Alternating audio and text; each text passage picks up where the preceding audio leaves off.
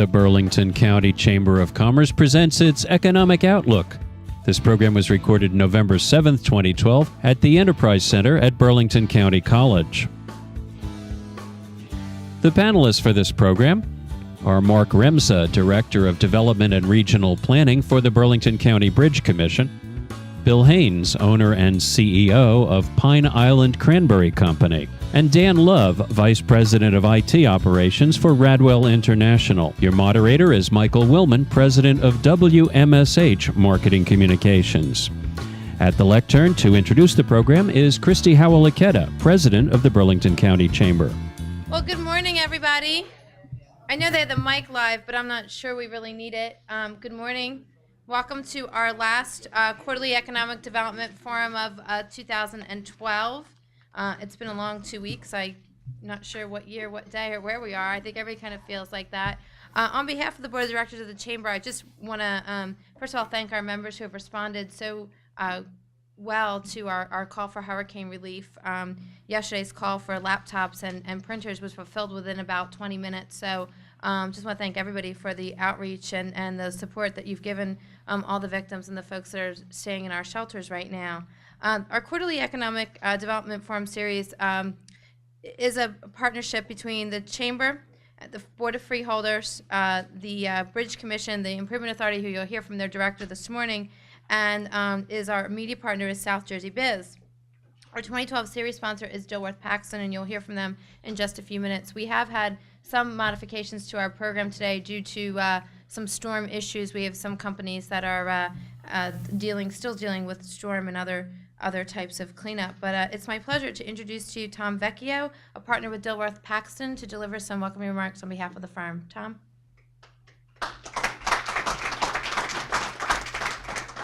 Morning. I'm sure everybody had somewhat of a late night last night, so I'll move right to our program today. I just wanted to thank you for having us and allowing us to participate in this event. It's a great way for us as a service provider in the community to learn more about the businesses, the small, mid-sized businesses and growing businesses, and really get to know about the issues that are affecting the markets that you're in.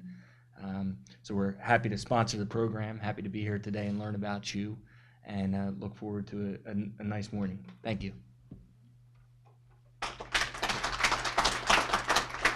Thank you, Tom, and thank you for your partnership. I just want to go over a couple of upcoming events coming up in the next couple weeks.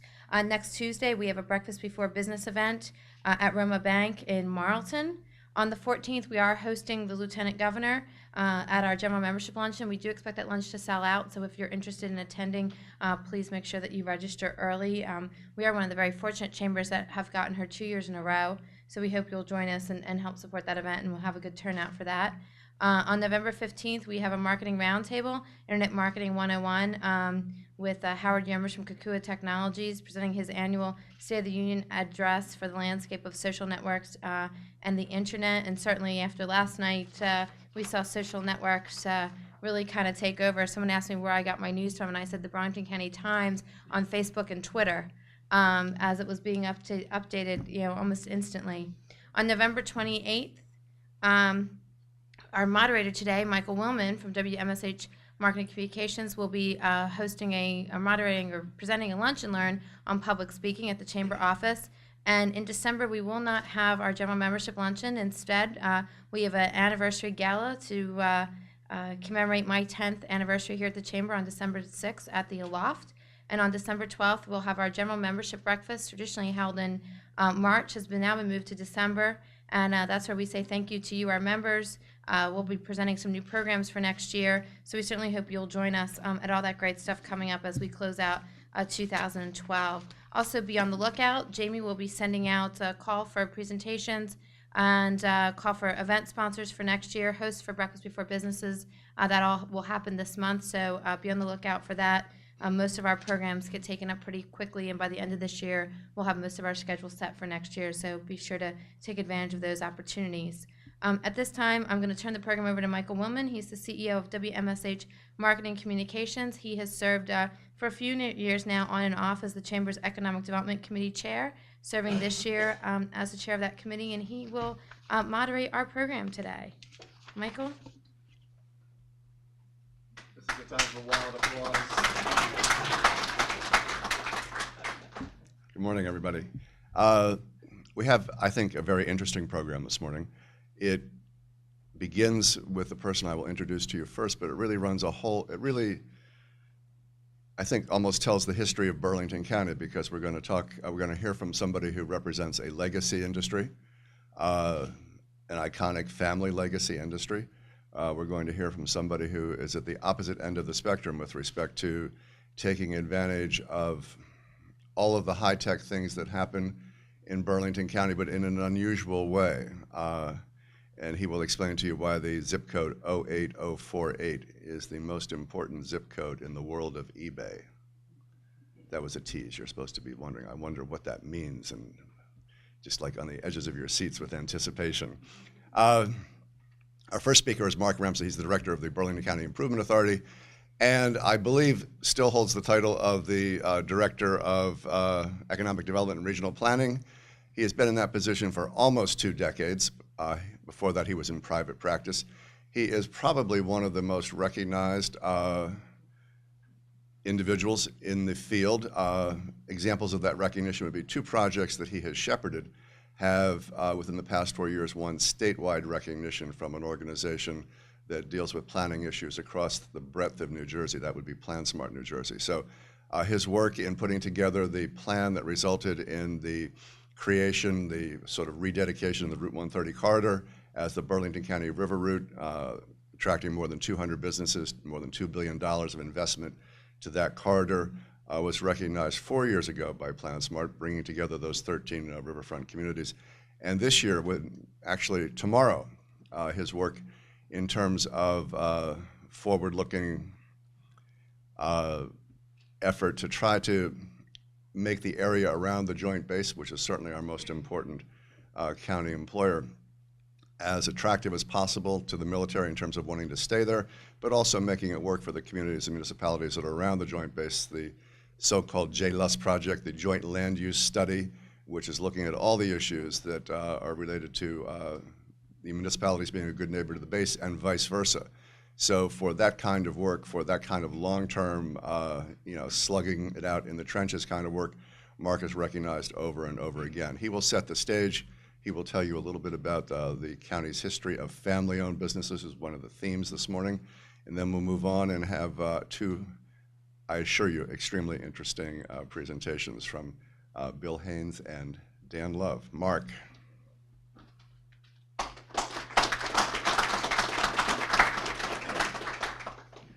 Thank you, Mike, for those very kind words.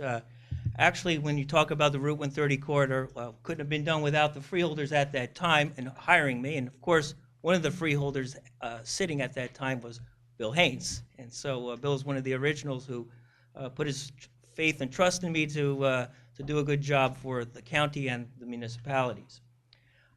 Also, I have to thank Christy and the Chamber for inviting me today to talk about family businesses. Actually, I'm going to come from a broader perspective and talk to you first about why family businesses are important to the economy. And then also, what I'd like to do is also turn it to another direction and talk about what can government do to make it better for family businesses and small businesses operating within the county. So why are family businesses important to the economy? Well, according to an organization called Family Enterprise USA, there are 5.5 million family firms in the United States. And to put that into perspective, these firms contribute 57% toward the U.S. gross domestic product. And to quantify that, well, last year, 2011, the GDP was $15.1 trillion. That's the whole economy. But if you look at family business, they contributed $8.6 trillion to that national GDP. That is tremendous.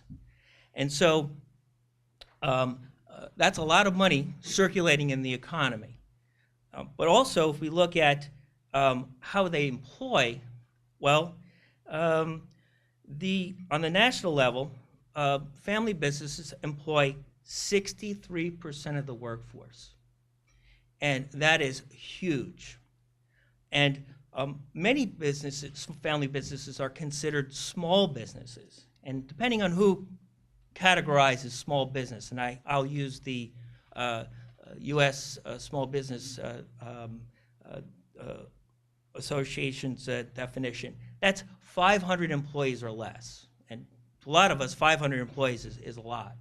But as we drill down a little bit more, we look at what the U.S. Census has told us that from 1990 to 2003, the bulk of the new jobs are created, net new jobs, because jobs are created and jobs are destroyed. But when you look at the net positive effect of that, we see small businesses provide the lion's share of that.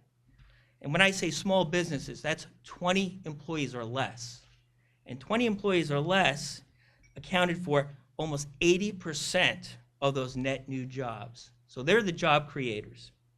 Mid-sized firms, which are maybe 20 to 499 employees, they created roughly 13% of those net new jobs. Now, large firms, these are the ones that are more than 500 employees, only 7.3% of the net new jobs. So it's very important not only for the flow of money through the economy and the national GDP, it's also important for the creation of net new jobs. So those are what small businesses, family businesses are doing. So also, let me talk to you about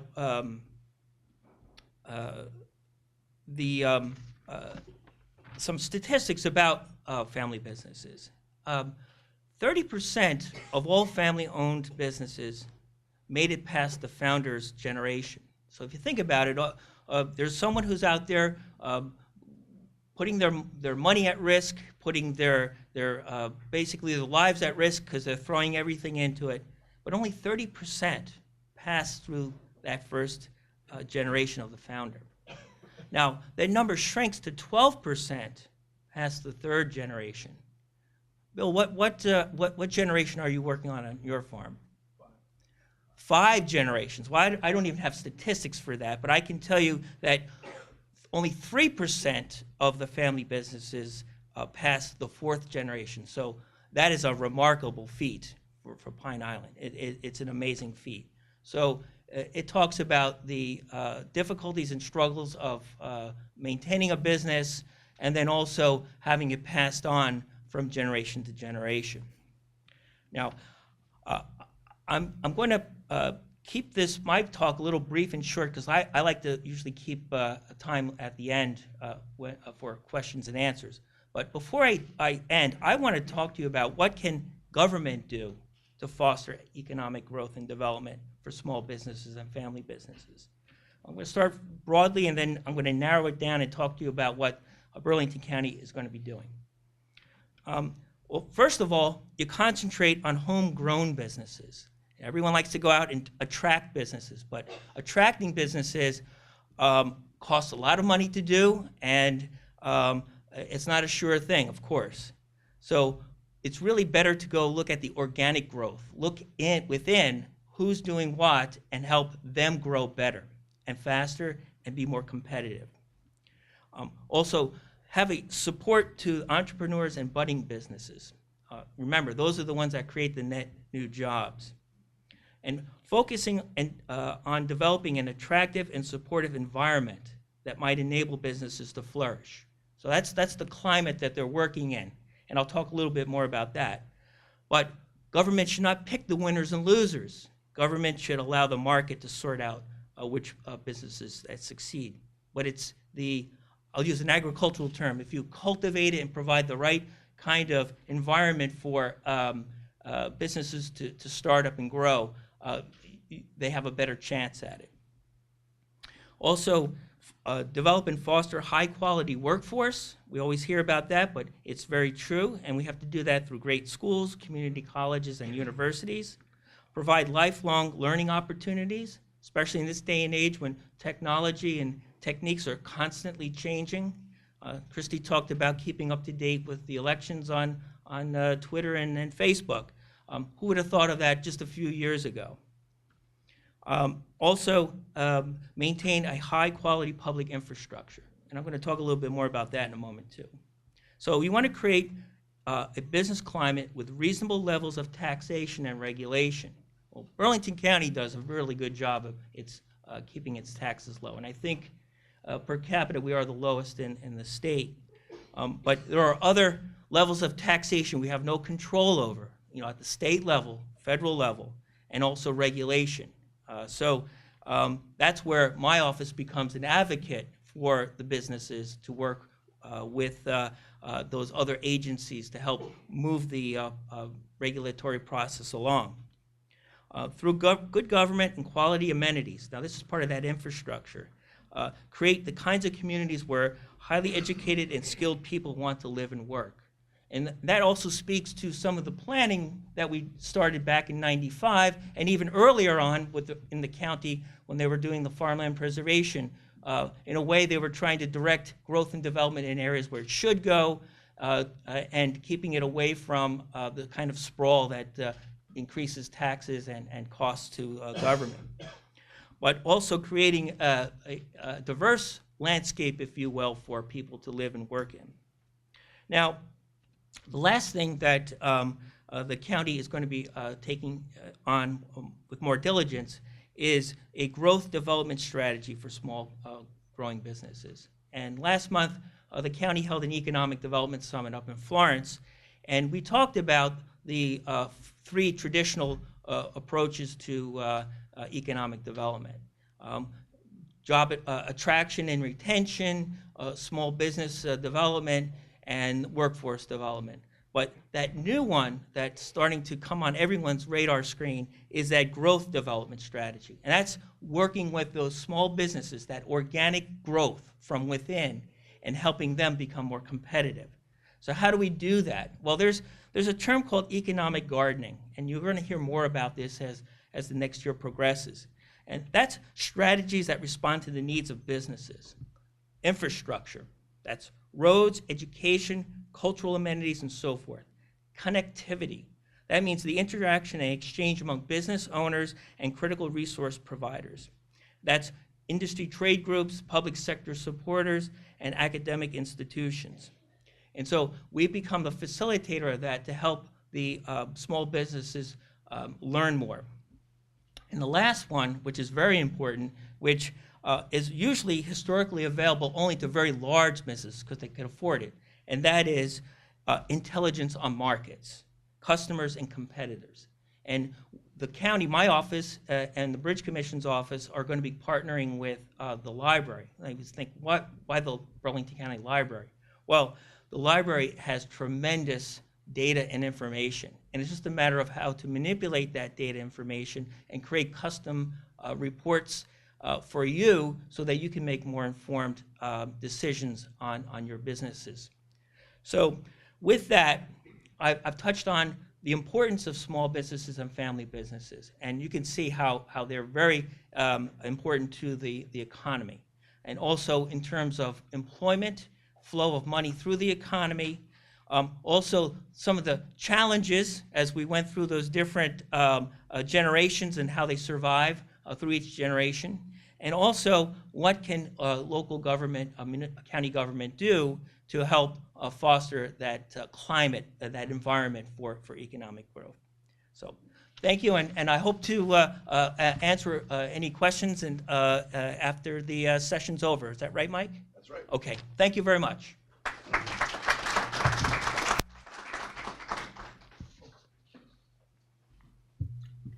All right, so now you sort of have the stage set. You know that this county has tons of iconic names.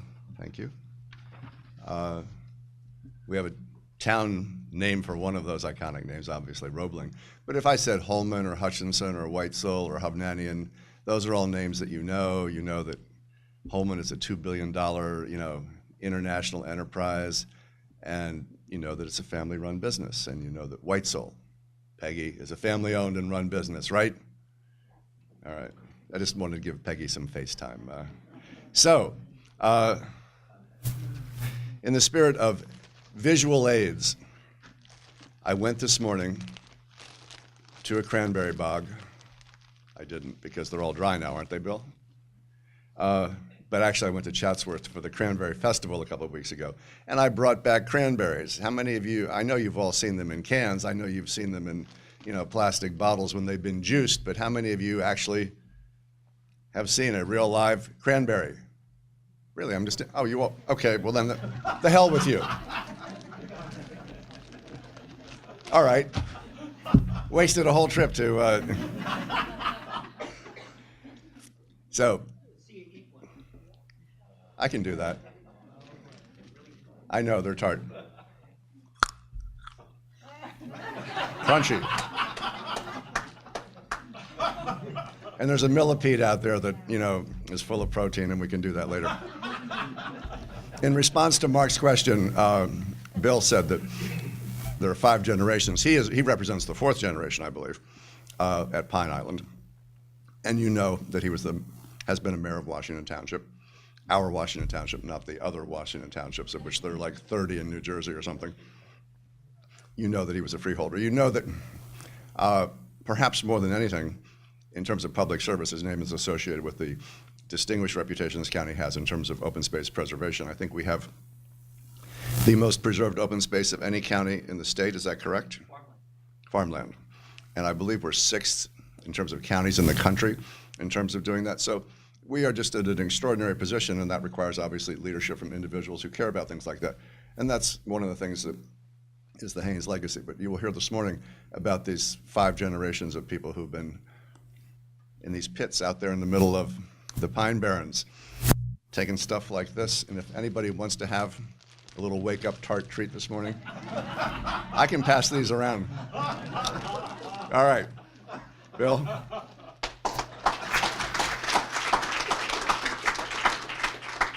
Good morning, everyone. Couple things. This is kind of open-ended about where I'm going to go. I mean, I've changed what I'm going to talk about 3 times since I've been sitting here, so you'll know when I know.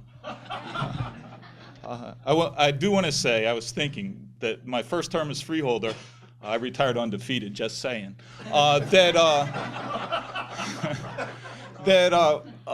That when it's been, what was that, 1995, 96, that we brought you on board, Mark. What I can't figure out is how come you still look the same and I look so old. That's what.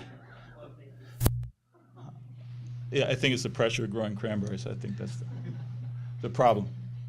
So anyway, Christy said that we were an iconic business, and I'm not sure what an iconic business is. I think it means we've been around a long time. We have a product that's local and native, and in the fall makes really, really nice pictures. I mean, every year we get the local stations come out and do the pretty red cranberries on the pretty blue water against the pretty blue sky, and people like to put us on calendars and the covers of magazines, and it's a nice thing to be. But what I've been asked to talk about is how we grew, I think, and why we're still there, and a little bit about how things have changed. And they've changed a lot in 122 years. And the 5th generation is sitting back there, by the way, wave. And she's here because that's my daughter Steph. Right now, I have 6 children right now. She's the only one in the business. We have Hopes. And she does all of our social media stuff and it's a good thing she does, because I like to say I'm an analog man in a digital world. And she will probably have to come up here and rescue me. But we were first. Why is the cranberry business in Burlington County? Why is the industry in Burlington County? It's because we have 2 things that we have more of than anywhere else in New Jersey. We have acidic soil it's in the Pine Barrens. In the Pine Barrens, not much else grows besides pine trees, cedar trees, blueberries, and cranberries. You couldn't grow soybeans or corn or most other agricultural crops there if you tried, unless you wanted to use an infinite amount of lime, because it's a heavily acidic soil. But we have that, and that happens to be perfect for cranberries. And if you canoe the The streams in the Pine Barrens, you'll see them growing along the edges everywhere. So they're native to this area. So we started, let me see if I can do this. The side. There's a little button on the side. Right here.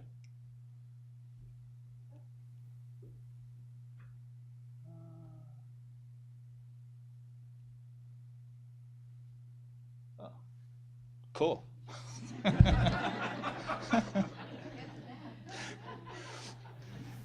This is the first generation. This is Martin L. Haines. Oh, the other thing that Christy did is she tethered me to this thing. And if you've ever seen me in 15 years of politics, I never stood still and talked, ever. So this will be a struggle for me. But he was born in Vincenttown. Well, the Haines family came to Burlington County in 1683. And if somebody is a Haines and you say, are we cousins? We don't know how, but yes, we are. Because we had ambition enough to come here in 1683, but apparently none of us had ambition enough to move anywhere else. So Martinell was born in Vincenttown, on a farm outside of Vincenttown. In 1838, he enlisted in the Union Army. There was a volunteer regiment from Vincenttown called the Irish Rifles. He served in Tennessee and came home a captain, was known as Cap Haines ever after. When he came home, he became a teacher. He studied law, practiced law, but at heart he was an entrepreneur. He had several businesses, including a general store in Medford. But there was, in the 1870s, there was a cranberry boom in everywhere, and particularly in New Jersey. And it sounded exciting to him, and he bought land between Tabernacle and Chatsworth and started a farm called the Birches, which is still in existence today. And then in 1890, bought the land in Chatsworth, where our main operation is now. He had a partner named Jacob Worth. They got in an argument. They had cleared some ground. Jacob Worth took the cultivated, and he started taking berries out of the wild and selling them, literally taking them out of the swamp and selling them. Then he started clearing ground and planting. Eventually, through a straw man, bought out Jake Worth and continued to grow the business until his passing in 1905. Should say he ran for Congress, and I saw a little blurb that said, one of those 100 years ago you see in the corner of the paper, that said he ran for the United States Congress, or was running for the United States Congress, and would probably lose, but he would lose with as much grace as anyone you could name. Apparently the only Haines that's a good loser. He had 4 children, 3 sons. The oldest was Ethelbert, and my grandfather was Ralph Waldo Emerson Haines. So he also had a penchant for burdening his children with names that were probably difficult to live with. Uncle Bert was the oldest. He was the leader, and in his generation he was probably an embarrassment. 3 generations later he's called colorful. My grandfather, Ralph W., was the lawyer. He also had an insurance agency, and between the 2 of them, they saw the potential for the business, and they continued to acquire land and to expand and to grow the business. Bert was clearly the decision maker. He was the one that wanted to keep growing the business no matter what. My grandfather made sure that they could pay for it. My dad, actually, to the shock of his family, dropped out of college in 1939.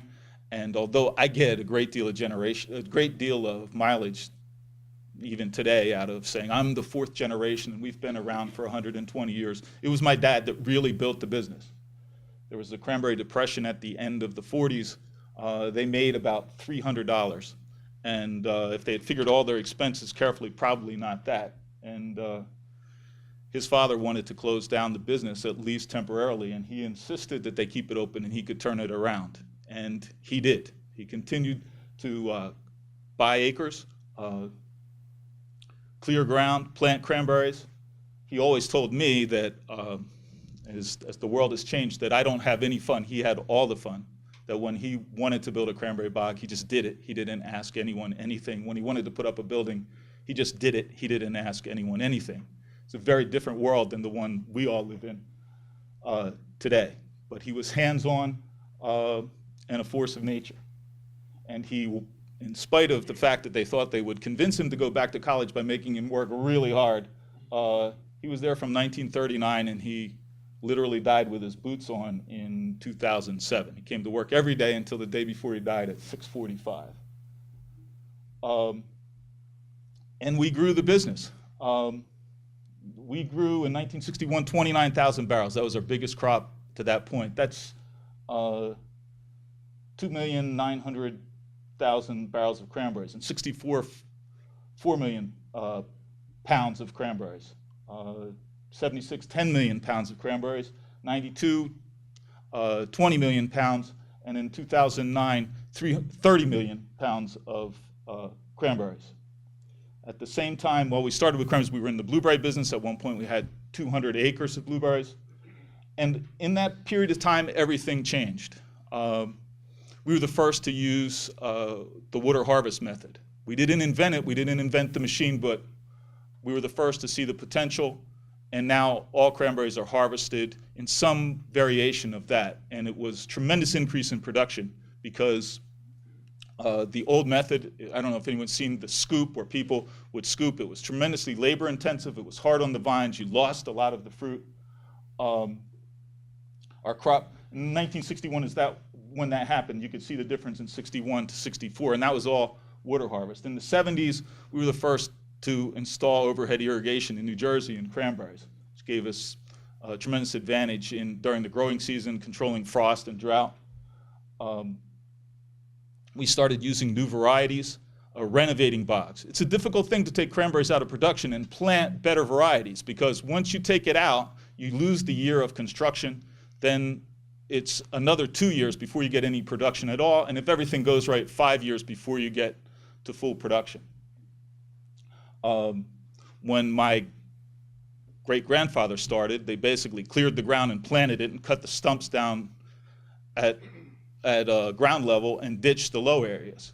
Now we use we've divided up the bogs into smaller to make them easy, smaller units to make them easier to manage. We laser level them. The laser technology has evolved over time so that now that when we do all the construction work ourselves, that the dozers essentially run themselves. Even though I'm an analog man in a digital world, I also, big boys like big toys, and that's really fun to watch.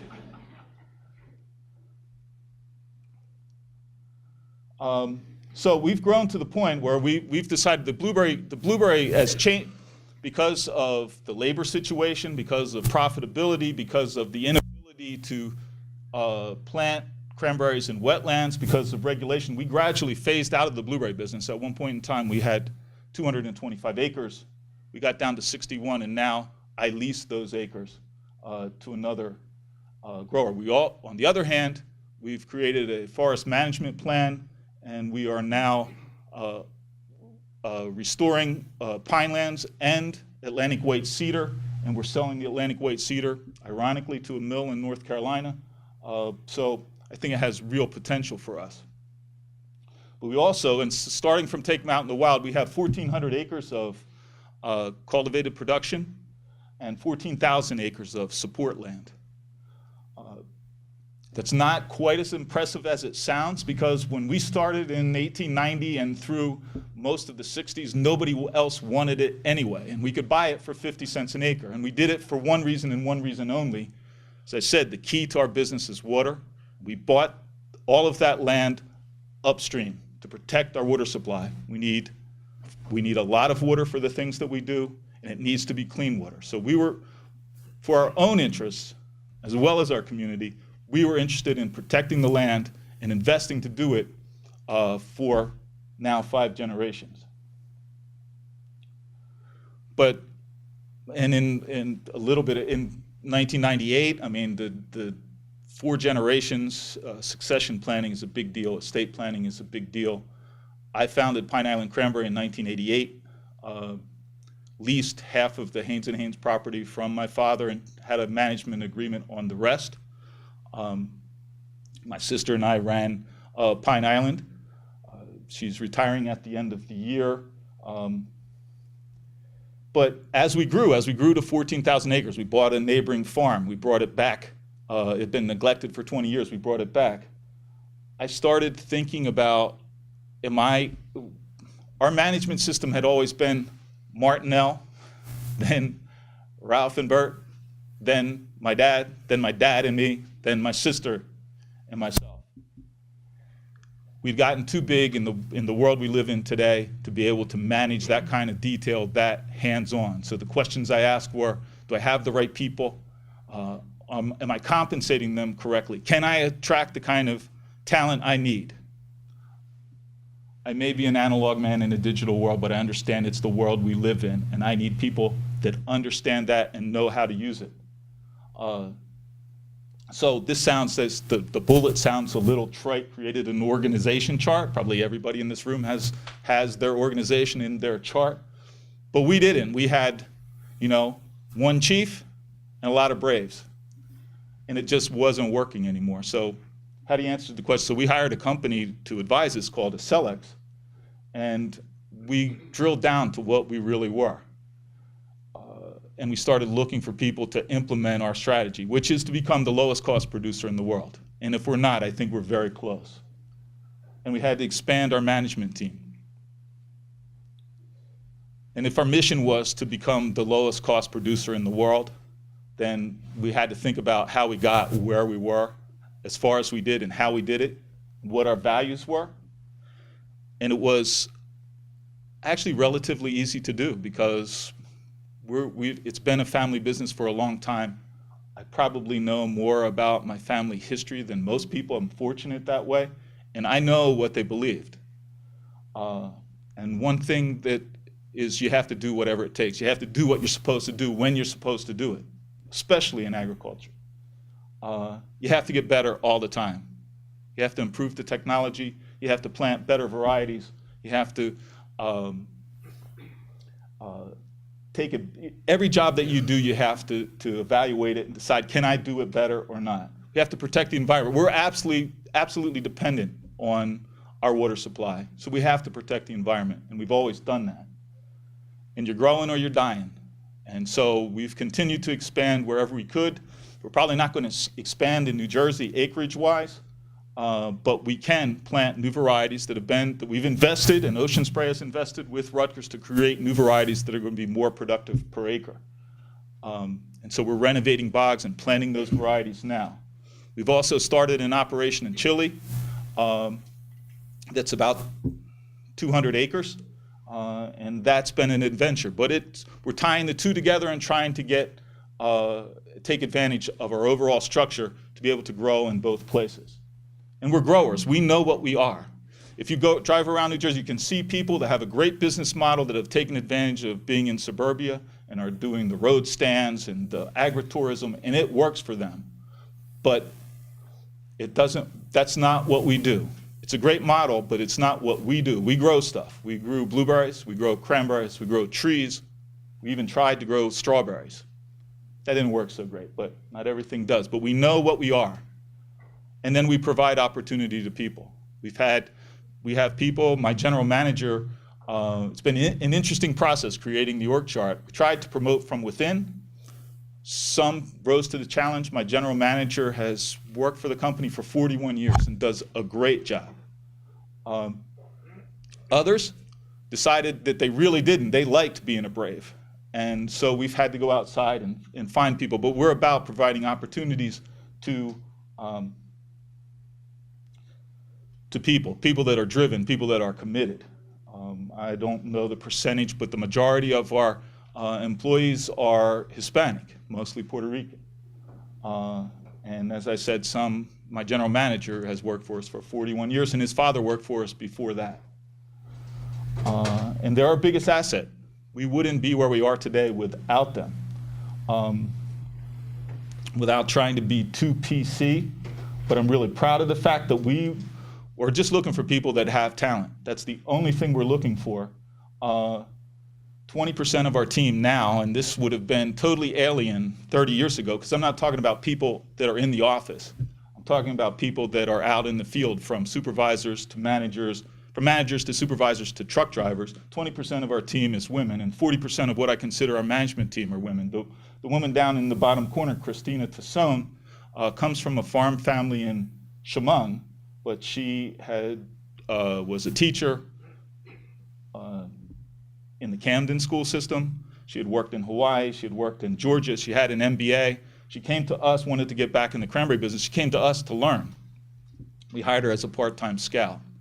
She decided she wanted to come to work for us full-time. And I had no clue how to use her, but I knew that she was the kind of people that we needed, so we made stuff up for her to do. And she moved up through the organization, and now she's our manager of integrated crop management, which is the most, as far as getting the crop, the most important job on the farm. She's responsible for fertilizer, for insect control, for weed control, for disease control, for irrigation. It's crucial, and she does a wonderful job. So my sister was CFO. As she's retired, we hired a CPA, Joanne Martin. She's up in the right-hand corner.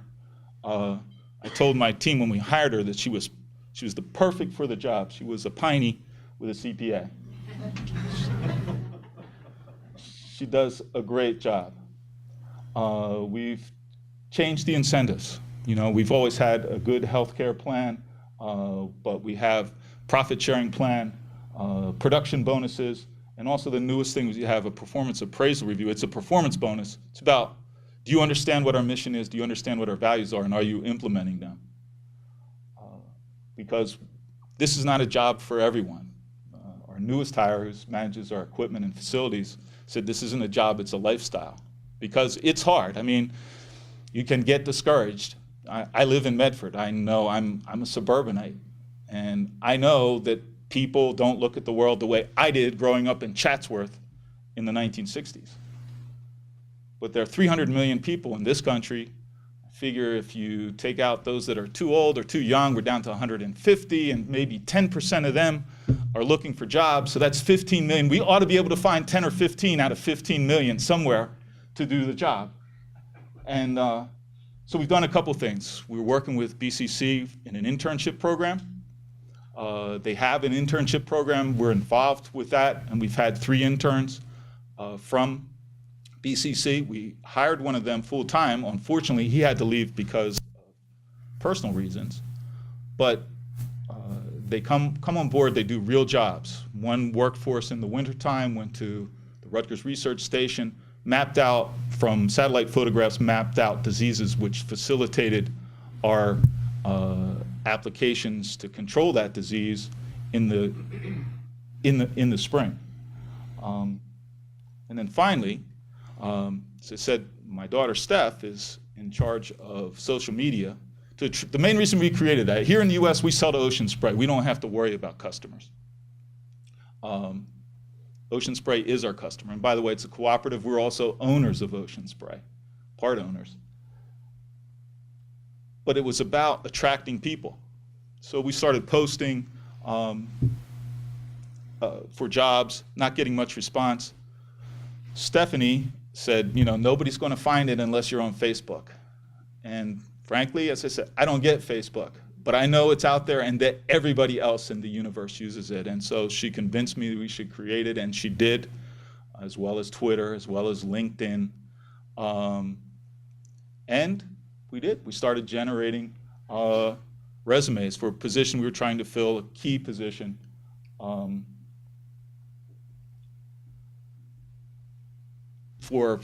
To report to Christina Tassone for supervisor of integrated crop management. And we got a lot of good interviews, and we hired a woman who has a degree in agronomy from Del Val, who had worked for Burpee Seed in Pennsylvania running a greenhouse. She just started 2 weeks ago, and we have high hopes for her. So it's the world we live in, and it works.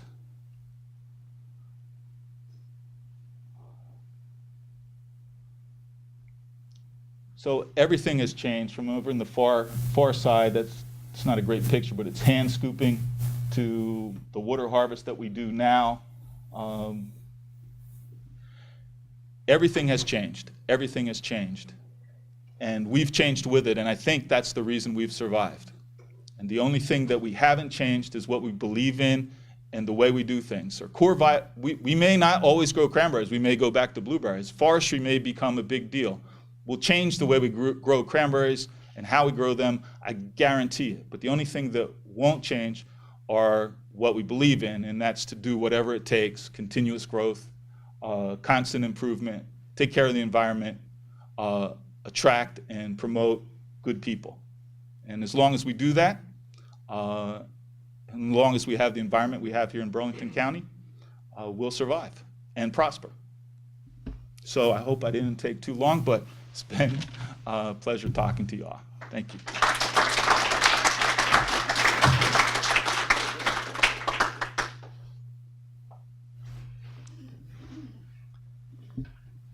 So a fascinating story, and you can always count on Bill to leave you with a segue line for what follows. So the world we live in. The world we live in doesn't have those tart cranberries. It has things that look like this. I'm not even sure what this is. It has things that look like this. I'm not sure what this is. It certainly has things that look like this, although this is an old one.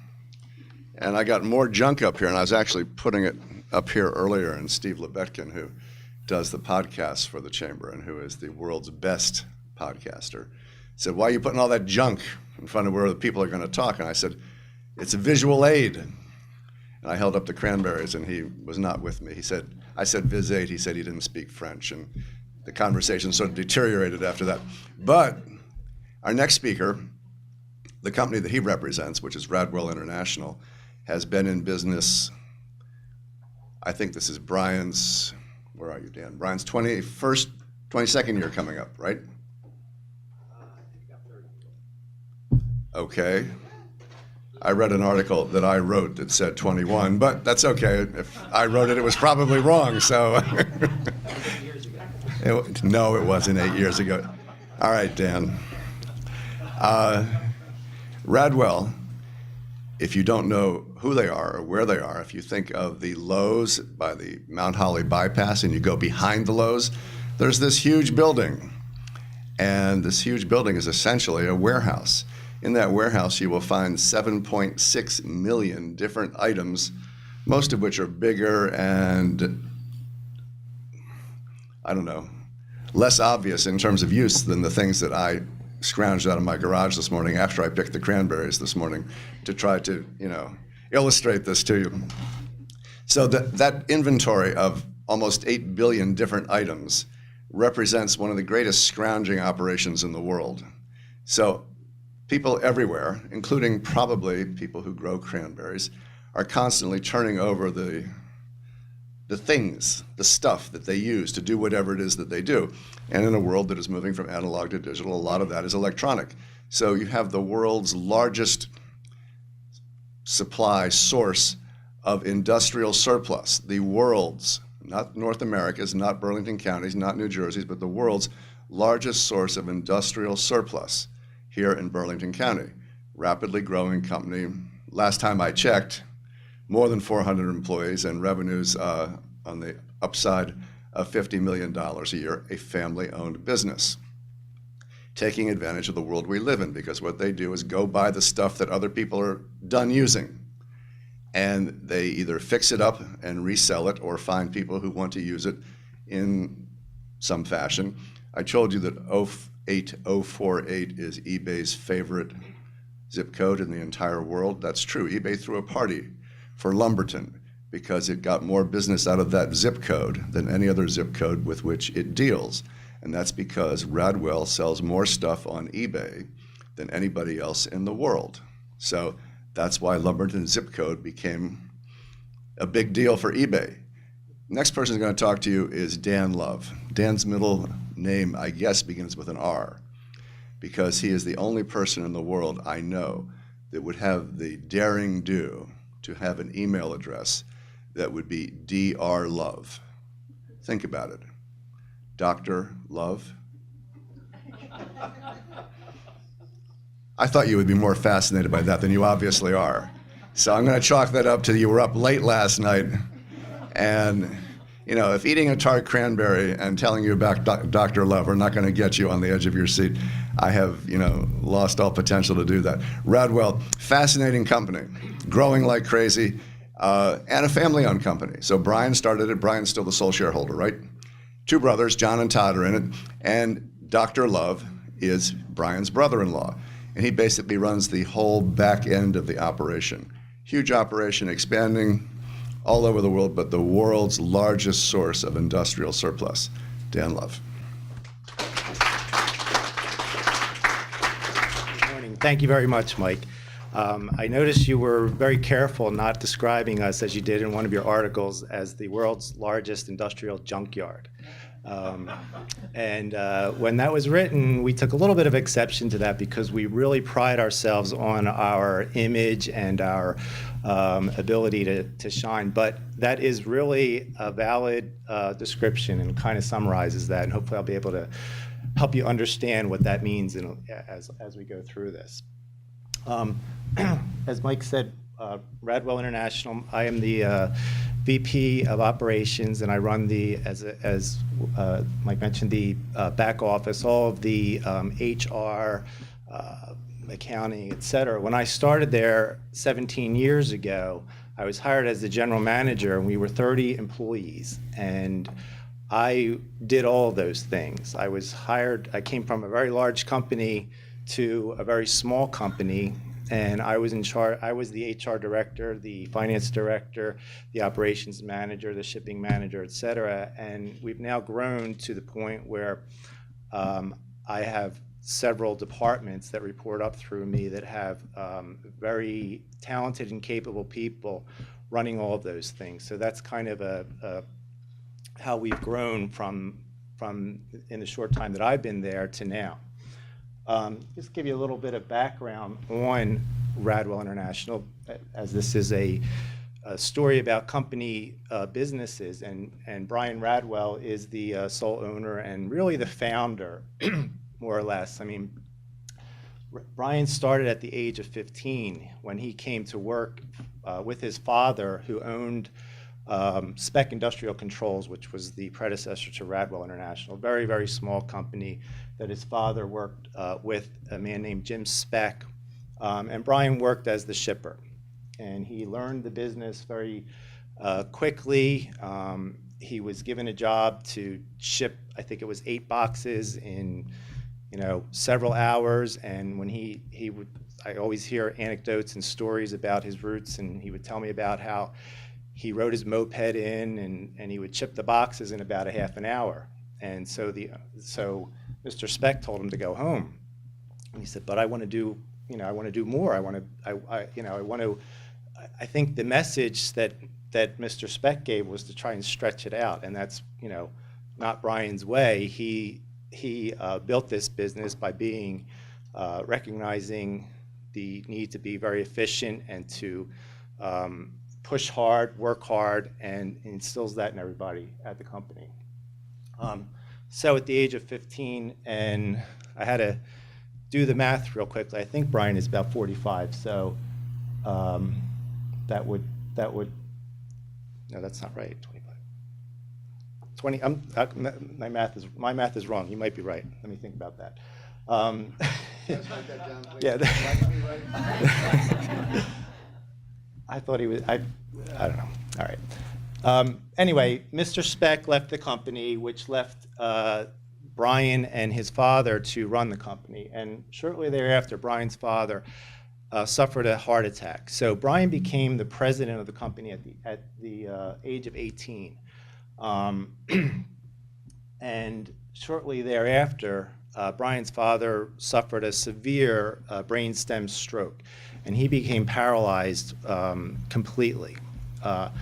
And there's a whole story behind that, a very interesting and heartwarming story that really characterizes the roots of the company and how and why Brian and his family really had to push hard to keep the company going, to help save their home and their life, their ability to exist, because his father, who started this, was really no longer able to function. However, his mind was completely intact, and he participated in the company and had round-the-clock nursing to help him, but he was really had his wits about him. It was, again, a very interesting story. You could talk to him, you could have him spell things, you could ask him questions, and he would spell things out to you or answer you by raising his eyes up and down. Up meant yes, and down meant no. And that was about all he could do physically. Jerry lasted in that state for about, I think it was 10 or 11 years, and he would come into the company every Thursday diligently with his nurse, and he would go around to all the different areas of the building, which we were in Moorestown at the time, and he would ask questions through his eyes, or he would indicate that he would want to ask a question, and he would often do that by spelling out the question, and there was a whole rapport that developed with his nurse and with everybody that you could kind of understand what he was looking for, and you could kind of, it was like playing Wheel of Fortune sometimes, where you would spell the word out and then you'd guess the rest of it. So that was interesting. But the next, so Jerry died, unfortunately, in 2002, and by that time, Brian really had completely taken over the business anyway. But the next bullet kind of characterizes the whole eBay thing and probably the entrepreneurial spirit that Brian really brings to the table. Right around that time, and Brian is not one to operate in any conventional manner. He just kind of does his own thing, and often we're asked to catch up with him. And PLCcenter.com is just that. Somebody told him about eBay. He said around 2002, said, you can buy the things that we sell on this thing called eBay. So he began to dabble in it and poke around, started buying industrial products, and they began showing up at our back door, and we didn't know what to do with them. We didn't have any. He didn't gather a team and say, I think we could do something with this. Let's study it for 6 months and let's figure it out. He just kind of did it, and that grew into the need for us to put together some tools like a spreadsheet, which grew into a full-blown system. And before you knew it, we were buying up surplus items through eBay. That led us to find other sources for surplus items and the need for more space, which led us to Lumberton. And then also, again, that is why we are the most important, well, we were at the time, I forget when it was about 3 or 4 years ago when eBay did a study of activity by zip code, and that's why, again, Lumberton was identified as the zip code, the largest activity of eBay in the whole world, the zip code with the most activity for eBay. Not sure if that's still true, but I would guess that it is. In fact, I'm going to see if I can look into that. So the need for space and incredible growth, primarily fueled by PLCcenter.com and our surplus business, we moved to Lumberton on the bypass, and we purchased a building, 70,000 square feet, which we quickly expanded to 110,000 square feet. And again, we moved to Lumberton. At the time we moved, I think we were up to about 88 employees, as I recall. Since then, and more recently, in 2010, we've expanded into the United Kingdom. Our website, plccenter.com, has a worldwide reach. And one of the other things that we do a lot of, and we spend a lot of money, is with Google. And we get our name out there, and we have hundreds of thousands of items out there, and they're advertised through Google through pay-per-click and that kind of a thing. And so we get out throughout the whole world. And we sell all over the world just because we are out on the internet and because people find us. And some of our products are, useful because they're older. They're more useful in other countries that aren't quite as advanced as us. We found that we needed to have a physical presence in Europe, in the European Union area, and so we expanded and we opened our facility in the UK in 2010. Right now, we are in the process of expanding into Canada, and we're building out our facility in Canada as we speak. We have some people up there right now that are doing that. We're looking to officially open in January, although we already do $4 million worth of business there. We're just supporting that now with a physical presence. And that kind of brings us very quickly to where we are today. We currently employ about 500 people, most of them in Lumberton, but I think we're in the 40s in the UK, and we actually have hired between 10 and 20 people in Canada already, and then several people throughout the country that do sales and things for us. But again, most of them are in Lumberton. If you pass by our building, you'll see the parking is a bit of an issue, and our lot is definitely full. That's a challenge that we have.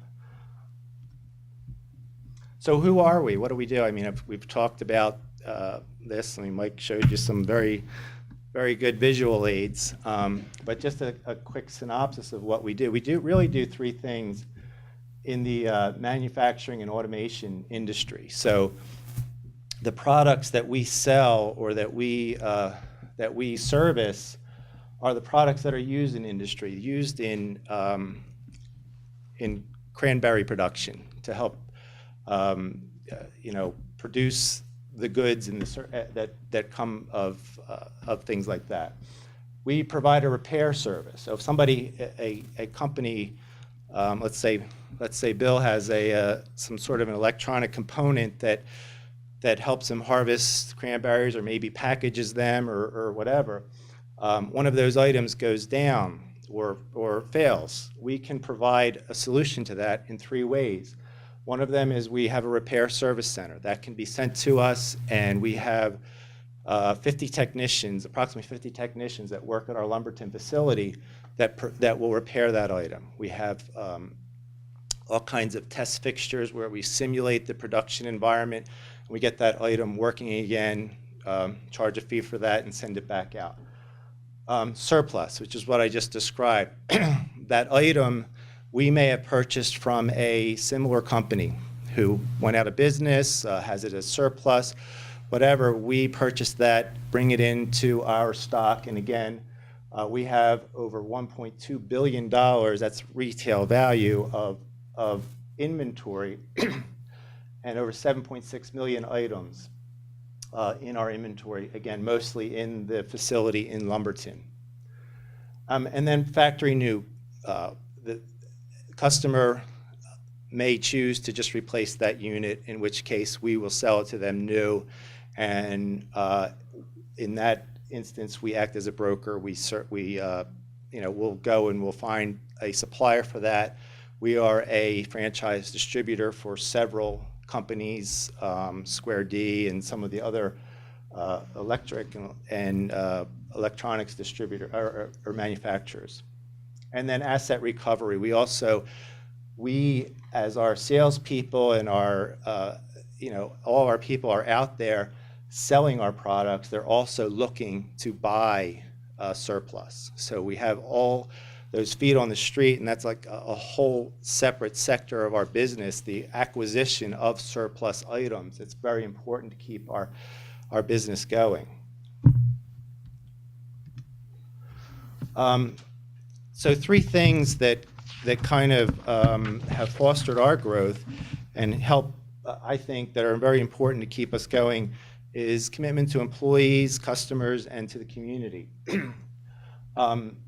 Radwell was recently named, I think, by South Jersey Biz, or SJ Biz magazine, which I know are represented here today, as one of the best places to work. So we do pride ourselves in being an important employer in the area, and just some of the kind of the fun things that go on. It's not pictured here, but one of the things that we have, again, similar to the way plccenter.com came about, we have and if people come through our building, we like to give tours, and again, we like to show off what we do, and we pride ourselves on our cleanliness and our the way that we look and the way that we present ourselves. But one of the first things that they notice is our arcade, and it's capital R-cade. The R stands for Radwell, of course. And that was one of those things, Brian in the middle of the night, one night when he had insomnia and was poking around eBay for the business, he stumbled upon, I think a Ms. Pac-Man game or something like that. The next thing you knew, he bought about 30 used arcade games, and again, never told anybody about it. Now, these huge things start arriving at our back door, and we didn't know what to do with them. I think we had an open house or some kind of function happening within a couple of weeks, and he said, "I want them all operating, by the time that this event happens." So we had to scramble around and get them operating, but they are all there, and they're there for employees' use and enjoyment and so forth. It's just some of the other things, just to kind of give you a feel for us and our character and so forth, things that we do. Every day at 3 o'clock, you'll hear music playing, and we have a thing called Social 5, which is kind of informal. Everybody just should sort of stop and hang out and listen to the music and do whatever they want to do. And some of the other events as well. Community, again, I think that we do, I really commend Brian and our staff for the work that we do and how we participate and respond to the community. Things like toy drives. We have a huge Christmas party every year. One of the things that we do is we say, the admission to the Christmas party is that you need to, is that we like everybody to donate a toy for those in need, and so we collect tons of toys every holiday, and many other things. If you come again to our building, we display checks on our wall, and pretty much anybody that comes to us with some sort of a need, whether it's an employee who would like their team sponsored to JDRF and other things like that we've gotten really involved in, like earthquake relief and hurricane relief and things like that. Dominic's house, which is in Mount Laurel, we're very involved in that. And JDRF, Brian was the honoree at their gala last year. Customer commitment, very important to us. I believe is really the key to a lot of our growth, and it's not just something that we say. Of course, everybody says, well, the customer is very important, but we actually have invested heavily in it. We have a VP level that is VP of customer satisfaction. That's his job, is to through his organization to ensure that we have satisfied customers and that we use the information, the feedback that they give us to drive the other things, to drive continuous improvement. We send out a survey with every one of our orders, a quick survey. And I know everybody's doing this now, but we really use that information to provide us with immediate feedback. And also we compensate our salespeople based on the survey results. So just real quickly, they are rated on a scale of 1 to 3 or 0 to 3, and whatever their average rating is a factor in their commission compensation. So if they're at a 2.5, it's 2.5 times what their commission is what they receive. We have a continuous improvement program, again, driven primarily by customer feedback. So often if a customer will tell us something or maybe and we get lots of compliments, but we also get some criticisms at times, and we act upon them pretty quickly. And we will institute things very rapidly based on some of our customer feedback. And I think that has been a real key to our success, as I said. These are just some quotes. One of the things that we do is, again, if you come to our building, and I certainly welcome anybody to come and take a tour, we have quotes all over the walls. And we're, again, pride ourselves in what people say about us, and we use that as a marketing tool. Easily splashed on our website and all, throughout our building. So where are we now? We're very goal-oriented. We have an initiative to grow the company to $100 million in sales by 2014. We're actually planning a meeting in Atlantic City at the end of this month, because we have a program in place that says if we meet that early, if we meet it by the end of this year, which we won't, everybody in the company gets an extra bonus. If we meet it by the end of 2013, a year ahead of schedule, we get a little bit less of a bonus. But we are now going to push to do that, and through a company meeting, we're going to set that as a higher goal to do that in 2013. In order to do that, and in order to continue to grow, we need to have the right facilities and the right infrastructure in place. As I said, we have 500 employees, so we have that. We're continuing to hire every day and every week. We're looking to possibly expand our Lumberton facility because we are outgrowing it. We've talked about expanding on the West Coast of the U.S. We have a Latin American group. And Bill, I'm told I should talk to you about Chile. But we have a big presence in Latin America, so that's a possible area to expand physically. And then other areas of the country and of the world, depending on where our where the need lies, is really where we intend to go. We've grown steadily, pretty much around 20% a year, almost since inception. So you can see it's a fairly steady curve.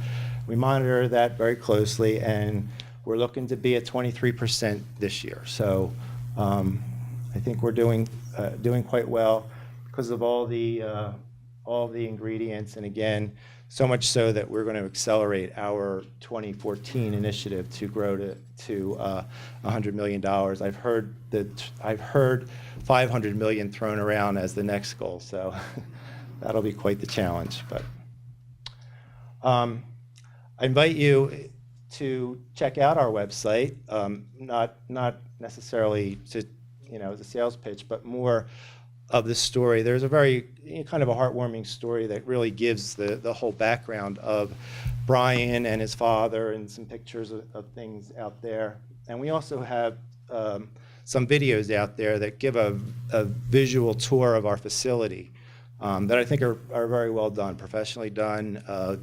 We have one in Spanish. We also have a tour of our UK facility, and gives you a better idea of what we've done. Also, the picture on the left is a picture of several of us at the recent Ernst & Young Entrepreneur of the Year Awards, Greater Philadelphia Awards, of which Brian was honored as one of the winners in that contest. And so several of us, Brian and his 6 VPs, are heading to California next week to participate in the national competition. So hopefully we'll bring back a victory there and head to, I think it's Monte Carlo for the international competition. So with that, I think that's it. Thank you very much. I appreciate it.